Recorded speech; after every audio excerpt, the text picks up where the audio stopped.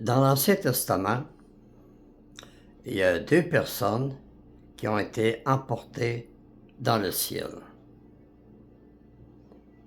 Mais ce n'était pas en présence de Dieu. C'était dans les cieux physiques. Il y a Enoch et il y a aussi Élie. On va aller voir ces deux versets-là.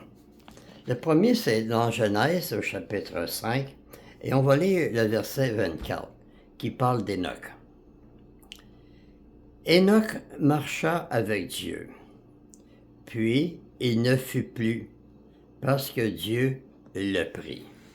Fait que Dieu y a pris Enoch. Il ne l'a pas emmené dans le ciel avec lui.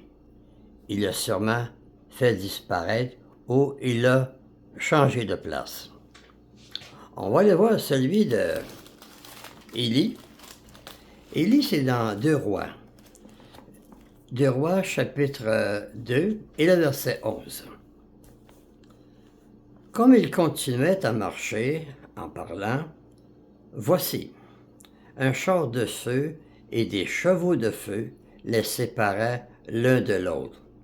Et Élie monta au ciel dans un tourbillon.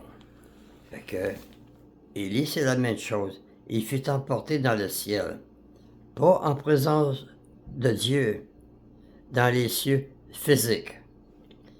Élie n'était pas mort, puisque 5 ans après, Élie était encore sur la terre. Il a même écrit à Joram. Il a envoyé une lettre à Joram. Enoch et Élie ne sont pas dans le ciel. Si on prend le livre de Jean,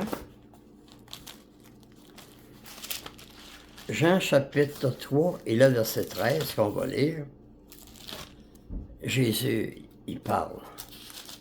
Écoutez bien ce que Jésus dit.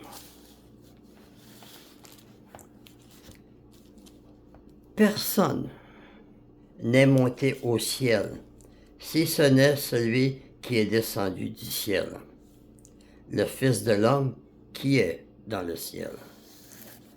Le seul qui est monté au ciel, c'est Jésus. Puis Jésus dit bien là, personne n'est monté au ciel. Si Jésus dit que personne n'a été au ciel, Enoch puis Élie, ils n'étaient pas au ciel. Puis comme j'ai dit, Élie, 5 ans après avoir été enlevé, il était encore sur la terre. Merci de m'avoir écouté. À la prochaine.